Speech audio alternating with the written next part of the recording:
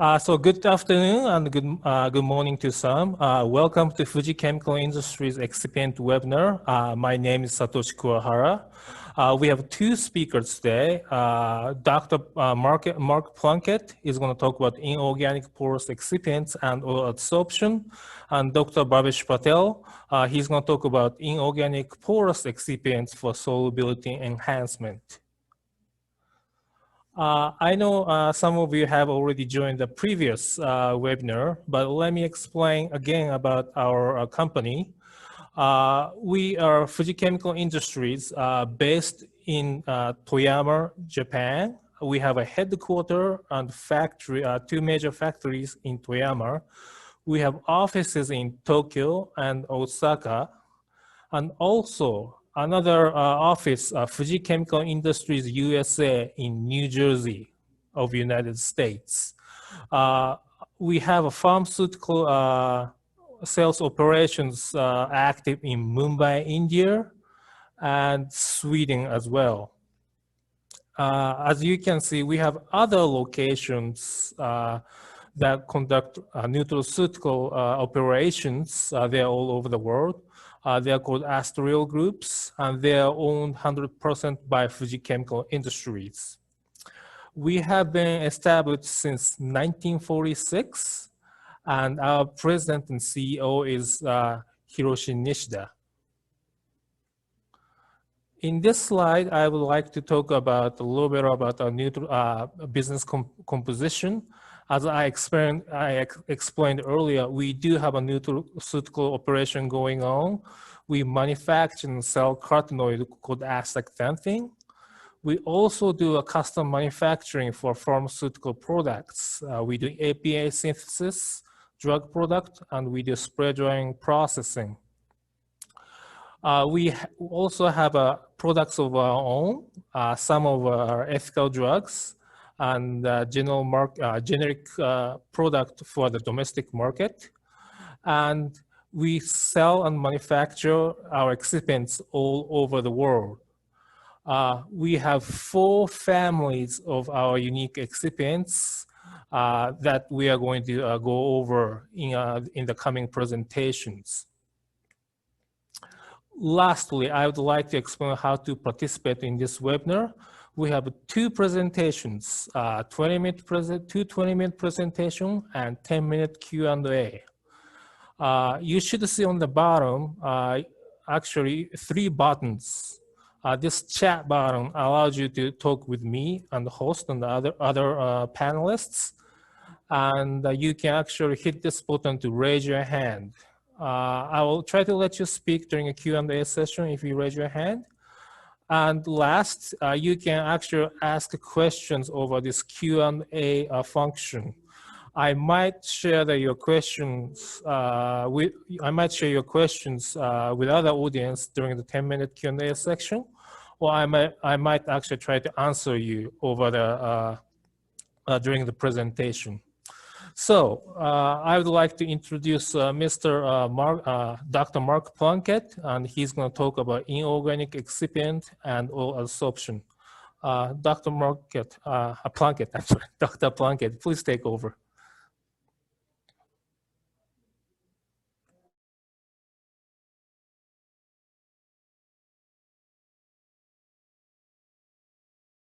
I'm sorry. Let's try that again with the mute off. My apologies. Good morning to everybody. Great to have you all in attendance.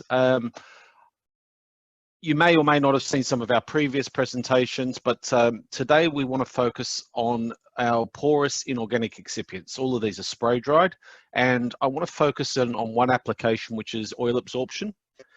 But I'll also broaden that out into some of the other applications and how they interact and how you can get multiple benefits, and really even go into the basics of porous carriers to set us up for that before summarizing the situation. So what is a porous material? I think the easiest way for people to understand that if they haven't come up against porous materials before is think about your sponge. Your sponge has a lot of holes in it, and those holes are classified as pores. You know, they're areas which water can be sucked into that sponge or other liquids and so on. And really, that's what our excipients are. They're little sponges that it can absorb in materials. You can use them for other benefits, but they can absorb in materials, and that's what I want to focus on. So when we're talking about these porous materials and we want to differentiate and understand them, there's different types. So we can have very structured pores that are all the same size. So if you template those holes when you produce them using surfactants and polymers, you can get very controlled pores and so on. Or you can have a random arrangement, you know, that you see in this porous rock here. You know, so the types of pores can very much be different depending on how you make the material.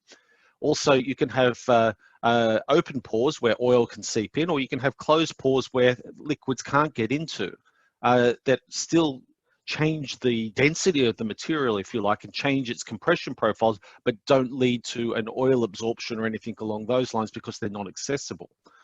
So when we define porous materials, there's two really critical parts. One is the actual total porosity, which includes those closed pores. And the other one would be for accessible pores, where we often refer to the oil absorption. And you'll see both of those when you look at Fuji materials. Another couple of important things to look at is your definitions of different types of pores. I won't be using these too much during the presentation, but I think it's always good when you're introducing the area. You know, if we have pores under 2 nanometers, we would refer to them as micropores. Mesopores are in the 2 to 50 nanometers, and macropores above that. If we use those definitions, one thing that's also important is the surface area of a material versus the volume that can be placed inside that pore.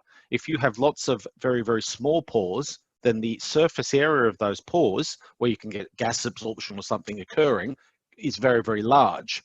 Whereas if you have one big pore, it has a big volume, but a low surface area. So you can see for this example of activated carbon, we can see that we have very, very large surface area of the micropores, but the volume of oil is much lower in those pores. And the mixture of different pore sizes and so on that we have will greatly affect those numbers. So this is some good background into what porous materials are. When we're talking about pharmaceutical and nutraceutical applications, which is the core business for Fuji, you know, there's a lot of materials out there in the market with different chemistries. My focus today is primarily on the 3 product families you see here, although I'll introduce the 4th one later on. So we have FujiSil, which is a silica. We have our calcium phosphate or DCPA Fujicalin, and we have our magnesium aluminum metasilicate, which is Neusilin. So I'll give some examples for all of these and give you some understanding of why we use them and how we use them. So why porous carriers is a good question to ask. Why do we use them? Well, the focus of this presentation, as I said, is on the absorption of liquids into those pores. So a liquid to solid dosage form. So we can take a liquid and we can turn it into a solid. But those pores also affect the material properties, how the materials compress, their tabletability and so on, which I've covered in some previous presentations, and I'll come back and just give you some reminders of that and see how it combines with the oil absorption aspect. Then we have other modified functions that we can get, so we can get moisture protection and disintegration rates and so on. So I'll just give a couple of examples of those, but what I'm trying to say is that the benefits that you get from the porous materials are not just the oil absorption, but other things, and they combine. So I'll come back to that. The last part of here, the solubility enhancement, that's going to be the focus of my colleague, Dr. Bhavesh Patel, who's going to talk about this area. But we can also think of other actions like separating components, where you put them into a porous material, lock it up and keep it separate from other materials, or we can use these as vessels for controlled release. So we can use them for changing the release rates and so on of materials. So there's a whole range of other applications, but again, we want to focus on the oil absorption here, which is this part. So if we want to turn something into a solid, of course we can freeze it, but it's not very practical for storage of pharmaceuticals to have to freeze something to make it a solid. It's probably not very comfortable to take a frozen tablet either, for that matter. So what do we do? Well, if we have a liquid, of course we can we can just have a liquid dosage form. You know, people can take them with a spoon. You know, you can control the amount you add and so on. But there's a whole range of reasons why maybe that's not such a great idea, especially that people would change their own dosages, stability and so on. We could put the liquid into a capsule, as you see there in the middle, or we can actually convert it into a powder or into a tablet. And that's really the focus of what I'm talking about. The end result is we have a solid dosage form, but the liquid's inside there. And what I mean is we have sponges and the liquid actually goes inside. So what I'll show you in a moment on the next slide is a video of us actually adding a liquid into, or an oil into a porous carrier. And you see the mixing, addition, the mixing, and then you see the flowability of that material after, and that's really key. If the liquid doesn't go into the pores and it sits on the surface, then you'll get a aggregation or a clumping of the powder. It won't flow, and you'll have all sorts of issues with processing into tablets or other dosage forms. So it's a real issue. So getting the liquid inside the pores and keeping that to be a good flowability is critical to making good products. So I'll show you a video. It's about 1.5 minutes long, but it gives you some indication of what I'm talking about. So in this case, it's just a very simple addition that we've done in the laboratory to show you. We haven't done any complicated mixing. It's just being poured in. When you were doing a production in reality, of course, you'll keep things mixing as you're doing the addition slowly in order to get a better homogeneity into the system. But as you see here, the oil's added. A simple mixing by hand is enough to take any surface oil and absorb it into other particles. The forces, the capillary forces, which I'll get into in the next slide, are very, very strong to suck the oil into these pores in order to have no excess oil on the surface, so that we can get a good flowability. And although there's some great methods we can use to produce in a full scale, you see here in a lab we can do it very simply just with a hand mixing. It's not a very difficult process. And I want you to watch the flowability through the sieve here. And you know, as you see, it goes straight through the sieve. You know, that flowability is absolutely critical to what we're talking about. So we've added the oil into the pores, and yet we have a great flowing material that we can go on and process as if it was a real powder, or just a powder and no liquid in it. So I think that's one of the key aspects to having a good product in this case. That example is with Fujicalin, as you see. So why do liquids get sucked into the pores of these materials? It's something called capillary forces, and it's related to wetting. So if we look at the little image we have down here on the bottom, you'll see some droplets on a surface. If you go out to your car and you look at droplets and you haven't washed the car for a while, and you haven't done a wax or anything, then the water sort of it flattens out onto the surface. It tries to maximize the contact with the surface. So if the liquid likes the surface, it spreads out on the surface and you get a very low contact angle. Whereas if you take a wax and you wax the surface of your car, then the water beads up and you think, oh, that's clean.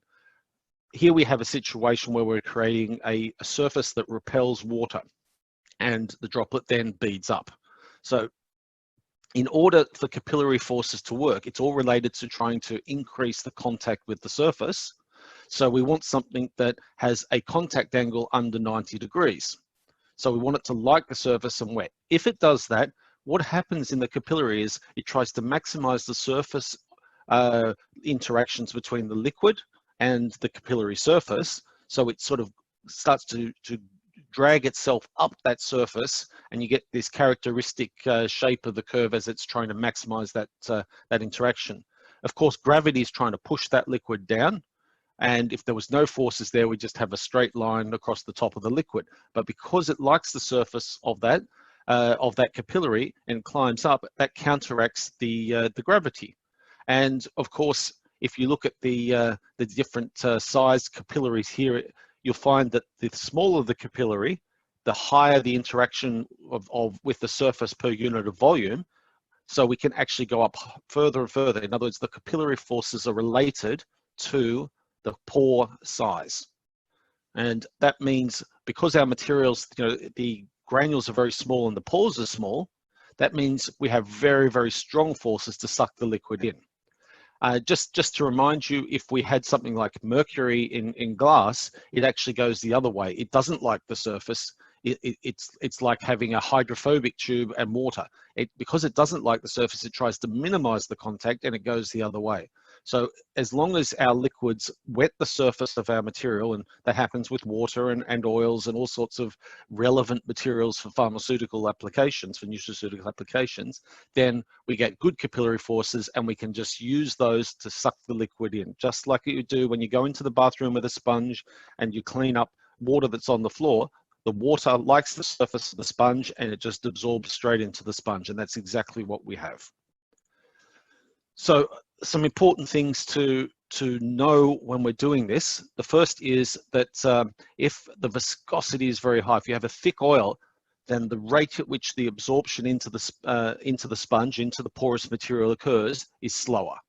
The higher the viscosity, the slower it is. So if you have a production of a material and you have a viscous material, that can slow your production down, and to very high levels, in fact. So sometimes you may want to actually reduce that viscosity in order to get a faster absorption into your porous carrier. And how would you do that? Well, you can heat it up, of course, or you can add a solvent. If you add a solvent to reduce the viscosity, you can then dry that solvent away later if you don't want it there. So that gives you some flexibility there in how you do it and the viscosity ranges that you can deal with. The other thing is homogeneous loading. In the video you saw, we just poured the liquid into the middle.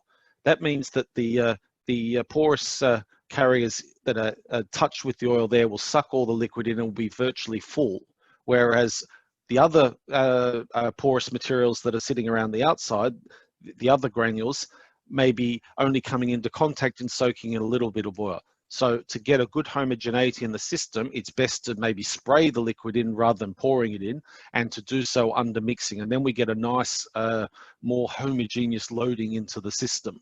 That's something to keep in mind when you're doing your production.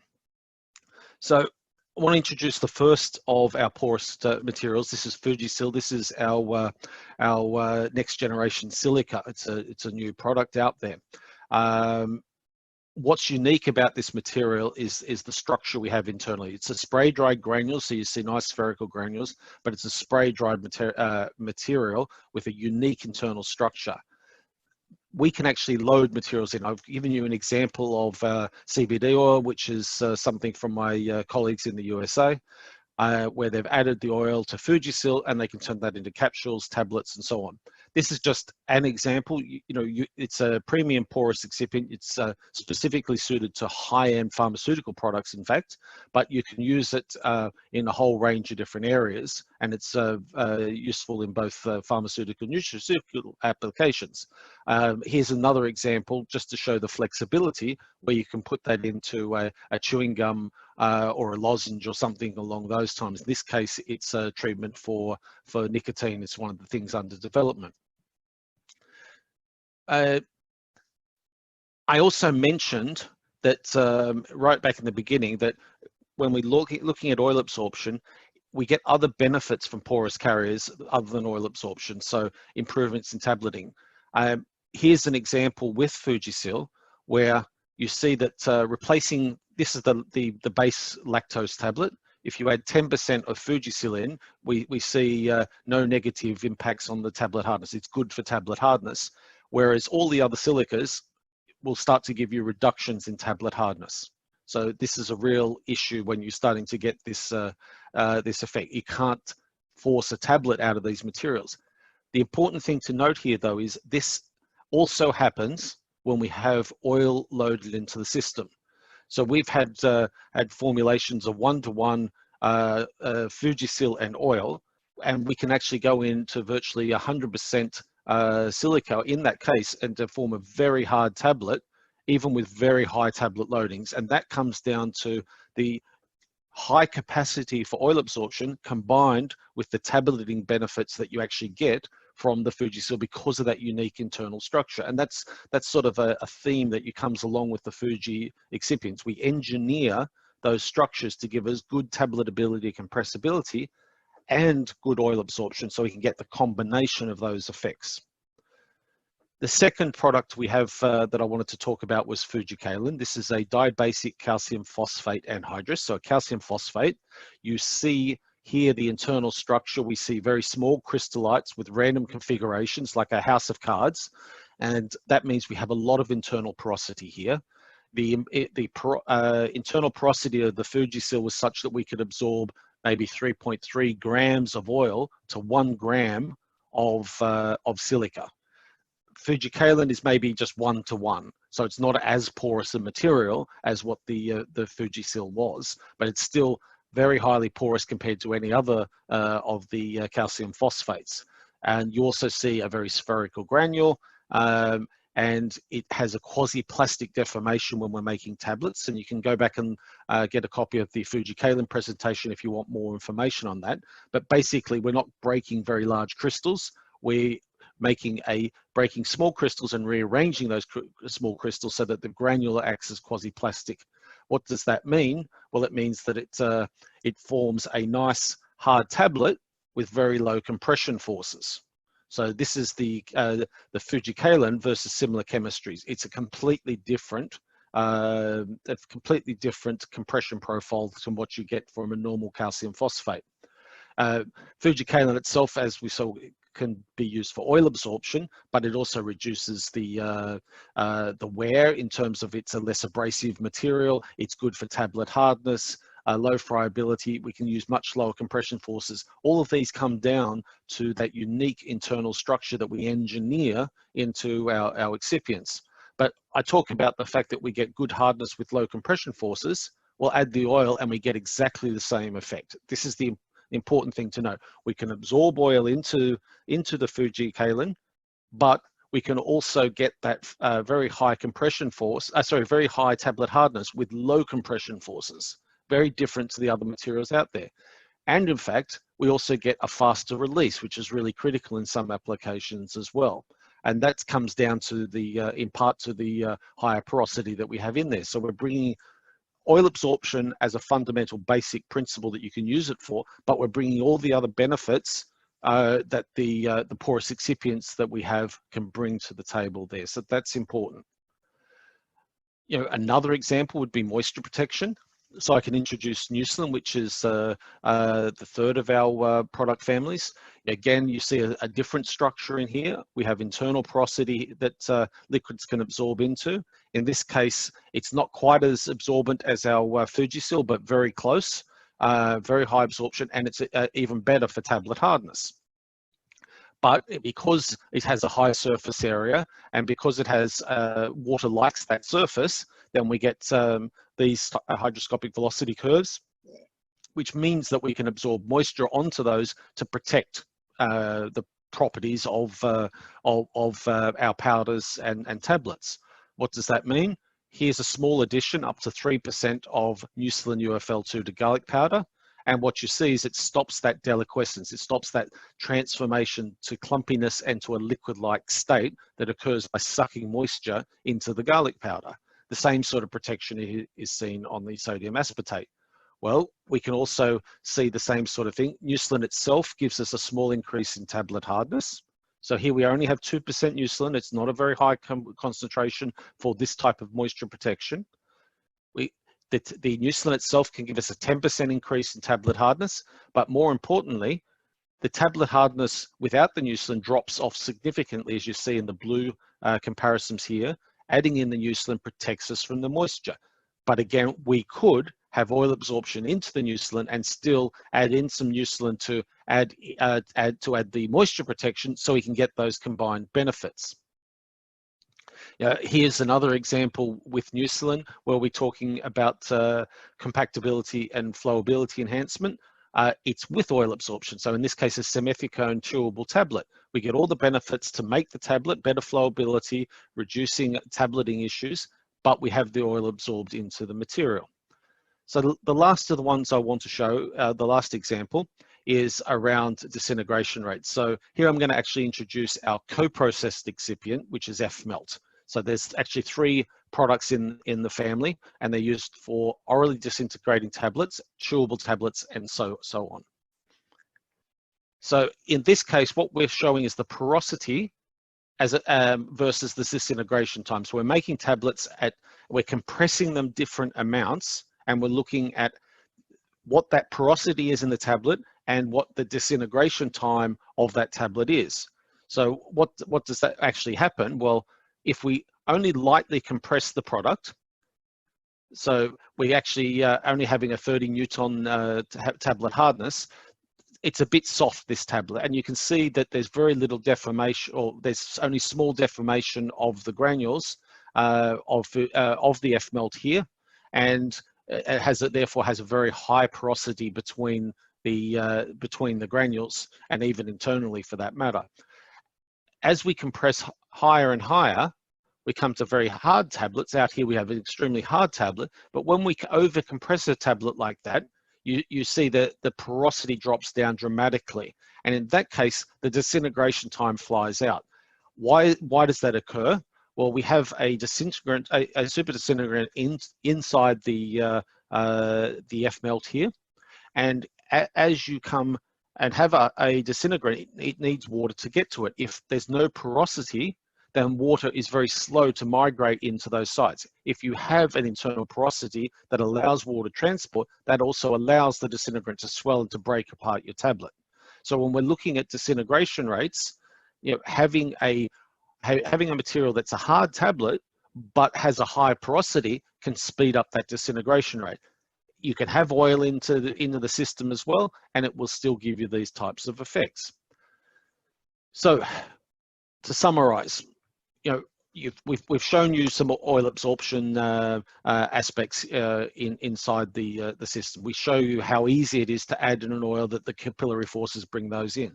But we've also shown you that it combines with all the other benefits you get from these porous materials. So improved tabletability, maybe moisture protection, maybe disintegration rate increases, and so on.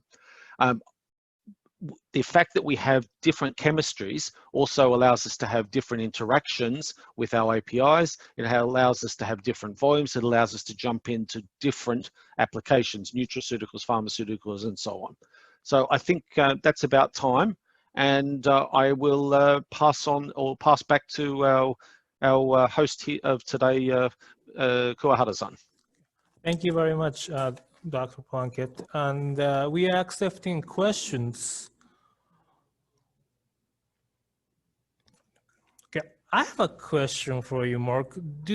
Why should I choose one excipient over the other? Right? I mean, you've shown so many examples. I mean, what would be the approach?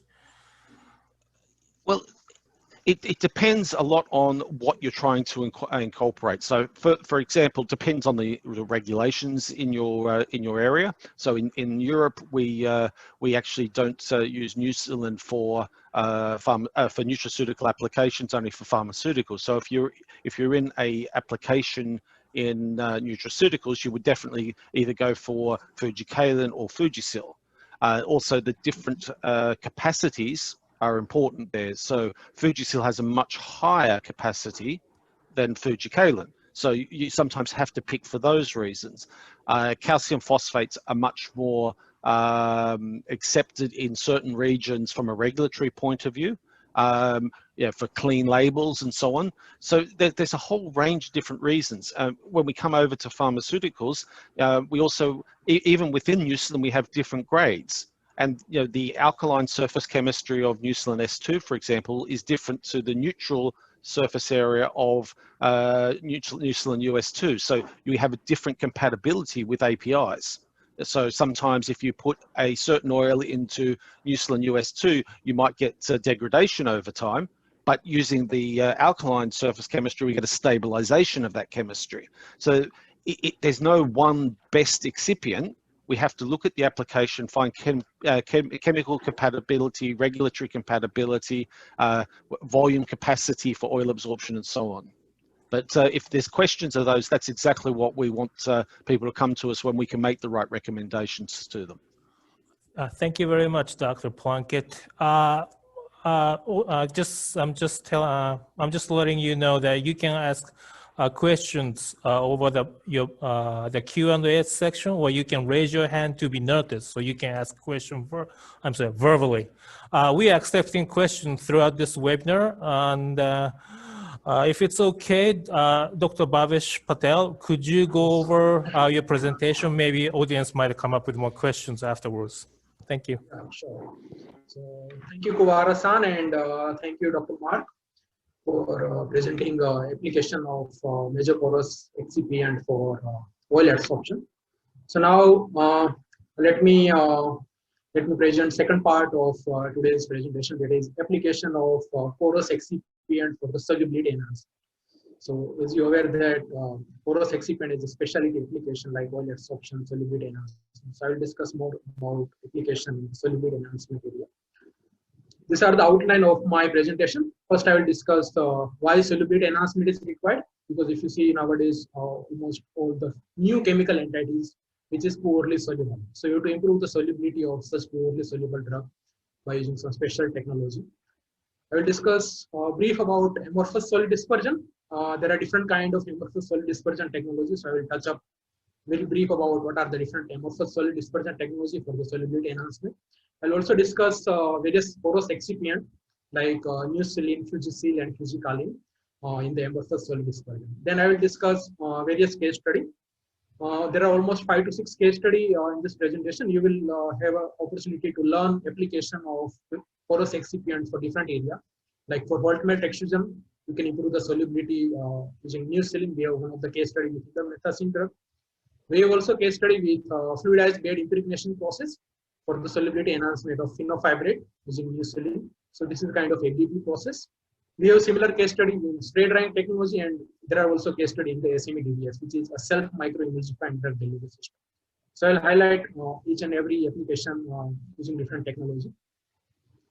Let me talk brief about what are the BCS class 2 and class 4 drug, because these are the main drug which is highly recommended to convert into freely soluble form, because this class 2 and class 4 drug, they have poor solubility. Especially with class 2 drug, they have low solubility and high permeability. So if you optimize your formula, if you change a little bit with respect to your formulation part, then you can improve the solubility. And once the solubility get increased, it ultimately they have high permeability, so it directly affect the high absorption in the blood. So if you increase the solubility of class 2 drug, ultimately it also result into improvement of the solubility as well as permeability of the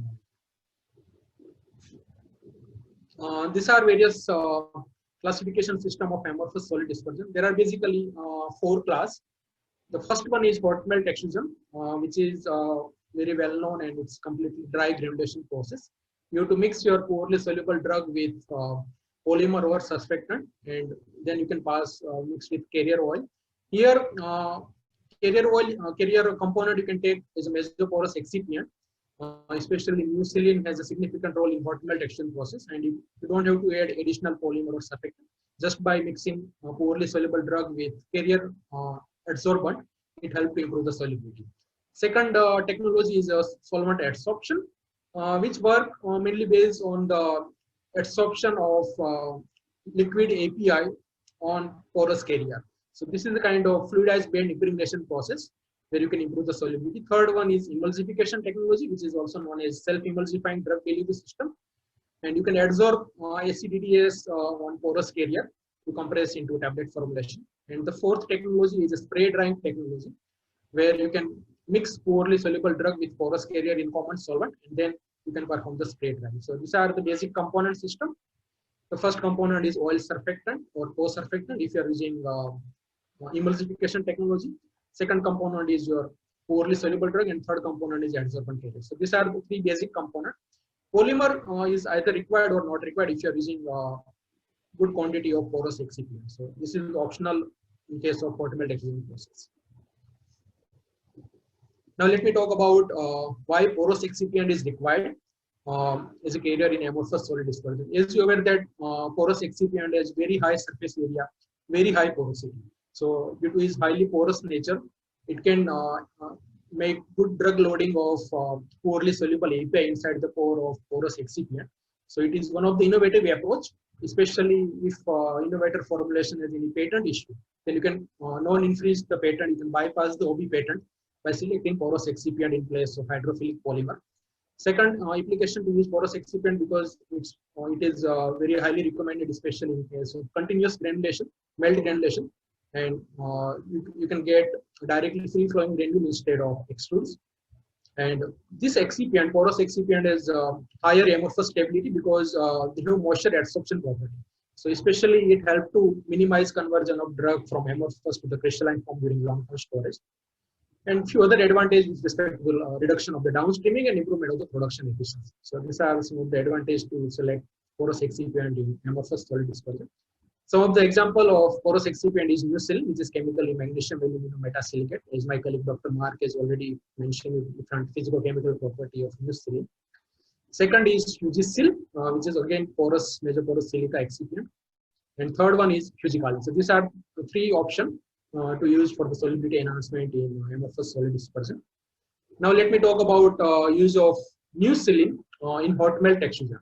So this is one of the study where we have carried out use of Neusilin in solubility enhancement of class 2 drug. Here class 2 drug was indomethacin. This was one of the from the published research work where the researcher has used Neusilin in combination with indomethacin, and they have passed on this entire mixture to hot melt extrusion process.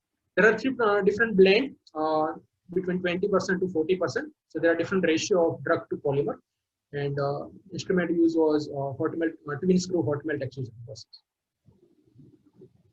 So the good part of use of inorganic excipient in hot melt is that you will get a free flowing granule.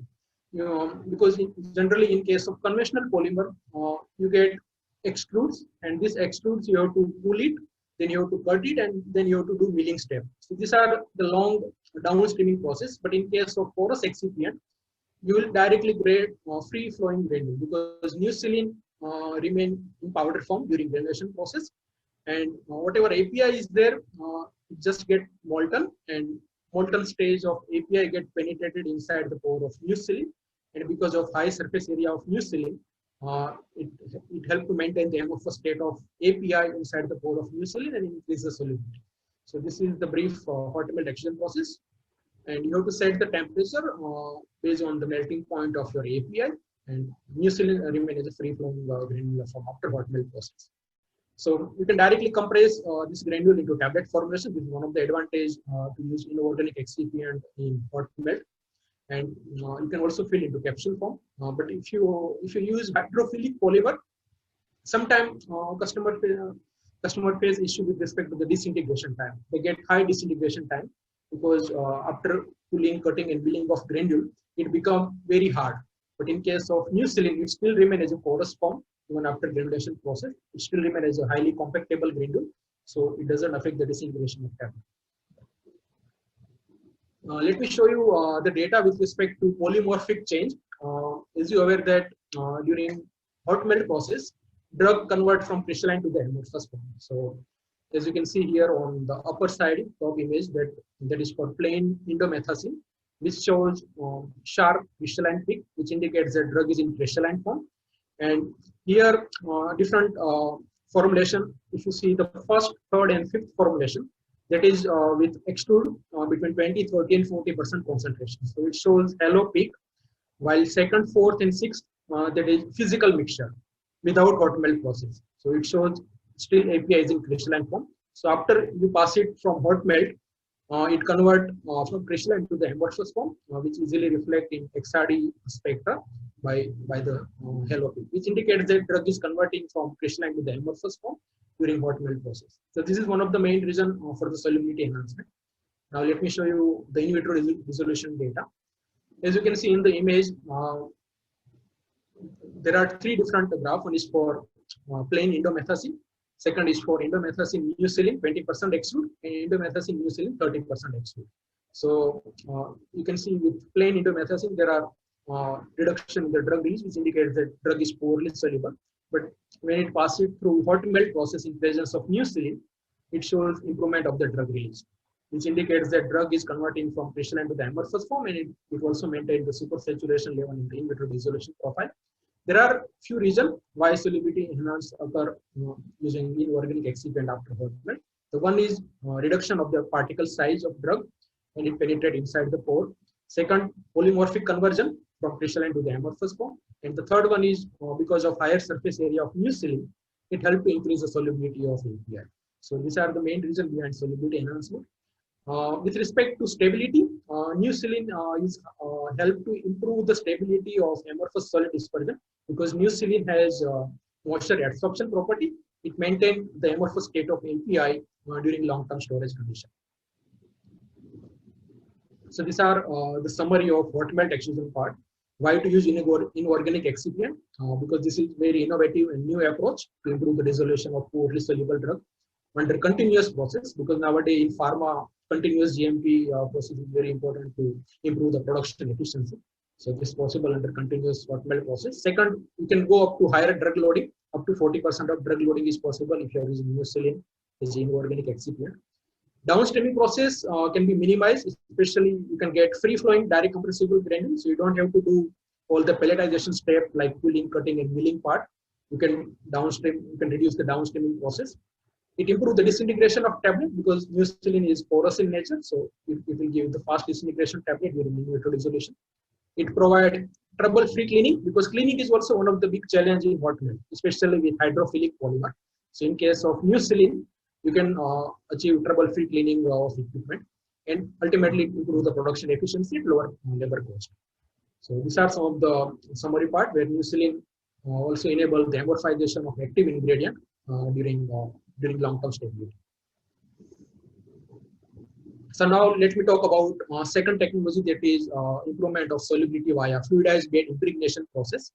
So in this fluid bed impregnation process, researcher has used fluidized bed process, and they have dissolved drug in some common solvent along with some surfactant. So drug droplet reach up in liquid form and reach on the surface of Neusilin, and it penetrate inside the pore of Neusilin before drying. So this is called a impregnation process. It is little different compared to spray drying and coating.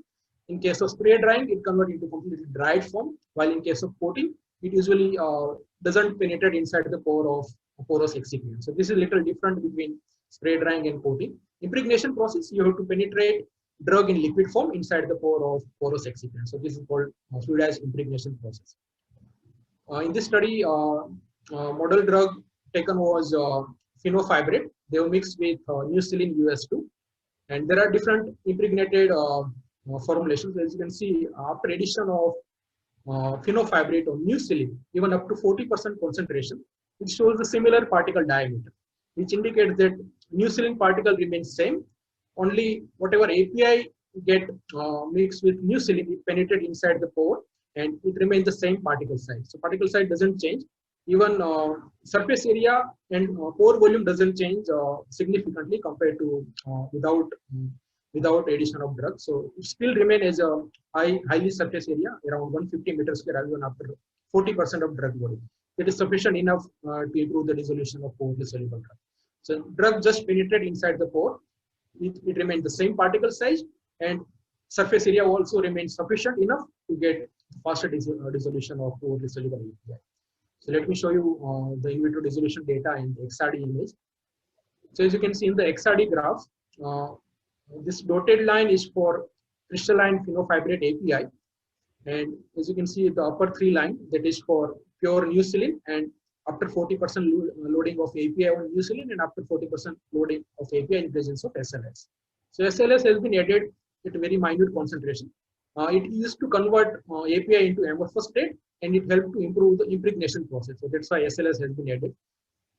And as you can see in dissolution, it shows 100% of drug release within 20 minutes. So these are the effect of impregnation process via fluidized bed process to improve the dissolution of poorly soluble drug.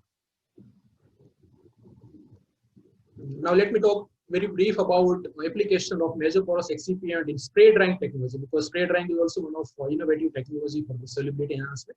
You can mix your API along with porous excipient, dissolve in common solvent, and then you can perform the spray drying process. So why to use mesoporous excipient in spray drying? Because one of the main challenge with spray dried formulation is conversion of crystalline form. So mesoporous excipient help to stabilize drug in amorphous state even under high temperature and high humidity. So this is one of the main advantages to use inorganic excipient in the spray drying technology. Let me show you one of the case study of solubility enhancement of indomethacin drug via spray drying process. So we have taken 1:1 mixture of indomethacin with Fujicalin. In this case, we have used Fujicalin as one of the porous excipient, and then we have performed the entire process in the spray dryer. This is our laboratory scale spray dryer available in our R&D laboratory in Japan. And we are also one of the largest contract manufacturer of spray drying project. We are working with various companies, especially for the poorly soluble API project, and we are working for amorphous solid dispersion project to improve the solubility of poorly soluble drugs. So we have commercial scale spray dryer available at our production plant. As you can see in the resolution, in vitro resolution, with plain indomethacin, it shows poor drug release. Even after 60 minutes, it's below 20% of drug release. While 1:1 mixture of AP and Fujicalin, after spray drying process, it shows significantly higher drug release, almost 100% of drug release within 10 minutes, which indicates that Fujicalin as a porous excipient help to improve the solubility of indomethacin drug by spray drying process. Another case study for the solubility enhancement, that is with itraconazole. In itraconazole case, we have used FujiSil as one of the porous excipient to improve the solubility via spray drying process. So FujiSil also one of the major porous silica. It also recommended for solubility enhancement via spray drying process. So in that case, we have added dichloromethane and ethanol mixture. We have mixed itraconazole with this solvent. Then we have added FujiSil, and then we have performed the spray drying process. So after spray drying, it shows improvement in the solubility. Even after 1 month of storage under accelerated storage condition, it also shows the similar in vitro dissolution, which indicates that it helps to stabilize the amorphous state of the API during accelerated storage condition. Another case study with nifedipine, which is also one of the common API, which is solubility challenge. So in this case, we have added nifedipine along with polymer, and we have added excipient. So as you can see in the image, there are two different graphs. One is without addition of FujiSil. You can see there are retardation of drug release. Once you add FujiSil, it shows improvement of the drug release. So this is the case study where you can add major porous excipient like FujiSil along with your polymer in the spray drying process for the solubility enhancement. Let me talk brief about solidification of ACDDS, because as you are aware that ACDDS is a self-emulsifying drug delivery system. There are a number of challenges with ACDDS, especially with the stability of emulsion during long-term storage. Sometimes transportation is also one of the challenges because it's in liquid form. Sometimes drug leakage, low stability, low drug loading. So these are some of the challenges with ACDDS. So you can convert liquid self-emulsifying drug delivery system into solid self-emulsifying drug delivery system by adsorbing on the porous carrier. So let me show you some of the case study. This is the case study with respect to paliperidone API, in which we have adsorbed Neusilin on liquid ACDDS. So first paliperidone has been mixed with folic acid and quin, then emulsion has been prepared, and this emulsion has been adsorbed on Neusilin to convert this liquid ACDDS into solid ACDDS. These are the XRD image, as you can see in the XRD. Without self-emulsification system, drug is in crystalline form, paliperidone. After adsorption on Neusilin, and this is for plain Neusilin, you can see that it converts from crystalline to the amorphous form, and that is also reflected in the in vitro dissolution. So there is significant improvement in the in vitro drug release after conversion of liquid self-emulsifying drug delivery system into solid ACDDS. Another case study with candesartan. In candesartan, we have evaluated two different major porous excipient. One is Fujicalin, second is Neusilin UFL2. So as you can see with liquid ACDDS system, it shows almost 100% of drug release within 20 minutes. After adsorption on Fujicalin, it also shows a similar profile, which indicates that you can convert liquid emulsification system into solid powder form by adsorbing on Fujicalin, and it also gives the complete 100% of drug release during in vitro dissolution process. So you can especially stabilize such kind of ACDDS by converting of liquid into solid dosage form, especially with the amorphous stability and convenience in the transportation. Let me summarize solubility enhancement presentation. So we can use porous excipient, which is multifunctional for the pharmaceutical application. you can load your API either in liquid form or in the solid form. So both can be possible if you are using mesoporous carrier excipient. Ultimate extrusion, which is also one of the innovative and new technology to use porous excipient in hot melt process, to especially to minimize the downstreaming process, to improve the production efficiency. Fluidized bed impregnation process can also be possible using mesoporous carrier. You can improve the dissolution. You can also improve the stability of the state of API during fluidized bed process under impregnation condition. Spray drying, which is also one of the alternate technology to use mesoporous excipient in amorphous solid dispersion. So we have successful case study with Neusilin Fujicalin and FujiSil. You can use such excipient in spray drying process. So both Neusilin and Fujicalin, which is one of the potential porous excipient for self-emulsifying drug release system based on some of the successful case study. And whenever if there is retardation of drug release with porous excipient, you can use Fujicalin as one of the best alternative solution to improve the drug release from the porous excipient. So, thank you very much for the time. Now I would like to pass on the right to our host, Mr. Kumarasan. Thank you, Dr. Patel. We have a few questions. Our first question is from, I'm sorry if I pronounce your name, but Gaurav Yeola. How much concentration of Neusilin required to cover into solid? Is there any study with different polymers plus Neusilin and drug? So basically, Neusilin has oil adsorption and moisture adsorption capacity. It has around 3.1 ml per gram of oil adsorption and moisture adsorption capacity. So one part of oil, one part of liquid can be, one part of Neusilin can be mixed with 3 parts of oil or liquid. So this is if your API is in oily or in liquid form. But if your API is in solid form, then you have to dissolve your solid API in some common solvent, and then you can adsorb on Neusilin.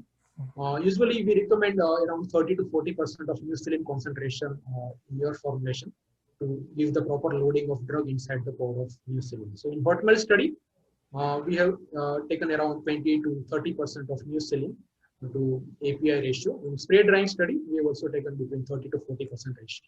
So it is one of the option to convert drug into powder form by adsorption. Thank you very much. Another question we have, does this support IIG? I think it's inactive ingredient list. So far, the IIG limit of Neusilin is 11.5 mg, but we have supportive toxicity data. If customer are using more amount of Neusilin in your formulation, we can provide you supportive toxicity data, which state that Neusilin has significantly higher value, especially in the IIG level, because it has toxicity level up to 2000 mg per kg of body weight. Okay. Yeah, I have another question here too. Like it's from Ankit Vijay. Sorry if I mispronounce your name, but is it possible to use porous excipients with low dosage formulations to achieve while achieving the uniformity of dose? Yes. So we have one case study. If customer want, we can share that case study in which we have added Fujicalin for high potent API. So role of Fujicalin is to make the uniform granulation process, as well as it help to minimize the content uniformity problem. So we have case study where the quantity of drug is just 5% and amount of Fujicalin is around 90%. So almost remaining amount is Fujicalin and drug quantity is very minute quantity. And helpful to improve the blend uniformity, content uniformity, and thus. So role of mesoporous excipient is also helpful to improve the content uniformity process, especially for high potent API. Okay, I have another question from Gaurav. In HME, that's 30% will support IIG. I assume that's Neusilin's percentage within the dosage. So as I mentioned, that IIG limit as of now is 11.5 mg. As per US FDA guideline, but we have internal regulatory data, which is toxicity data and clinical data, where Neusilin is safe up to 2000 mg per kg of body weight. So if you are using more amount of Neusilin, we can supply you that toxicity data, and you can submit that toxicity data to regulatory body, and based on our toxicity data, they will allow to use higher amount of Neusilin. Thank you very much. I actually have another question, but that's for Dr. Plunkett. Are you there, Dr. Plunkett? I am indeed. Okay. It's the question is, can you cover the loading of the oil again? Like, I guess to elaborate Yeah. that point. The different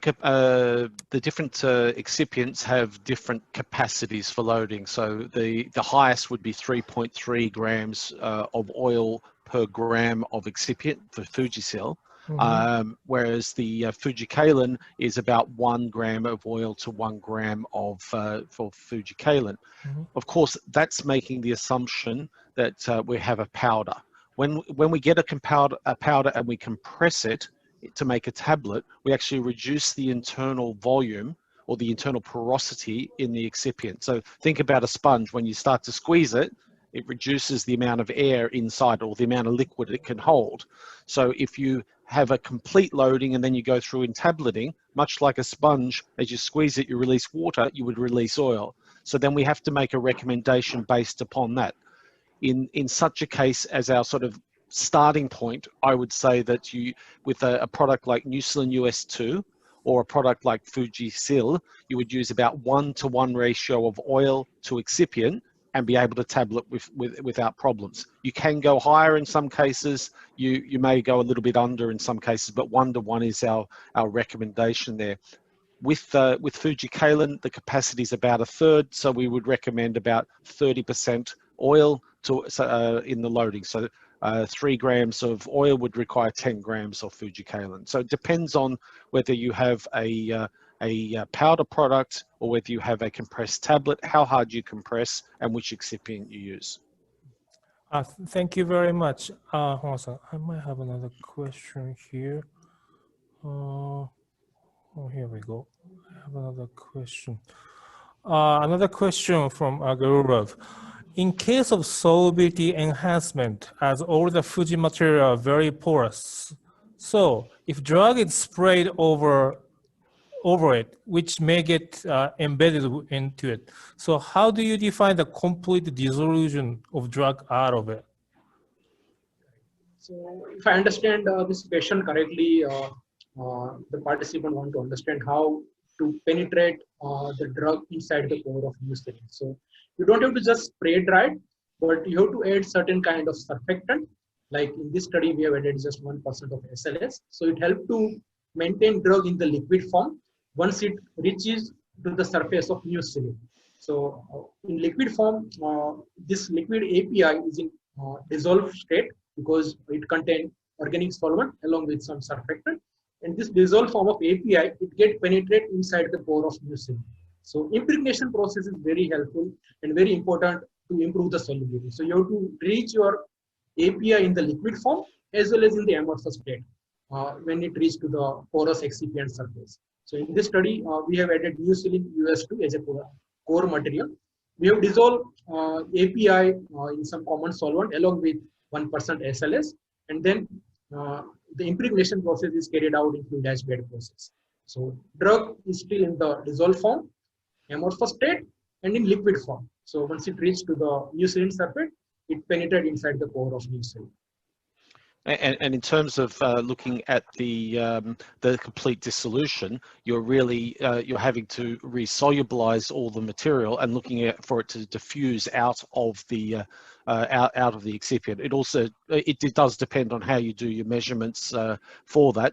But if you're worried about a situation where it stays inside the porous material, then you just use a testing method that goes past that. It's not a problem.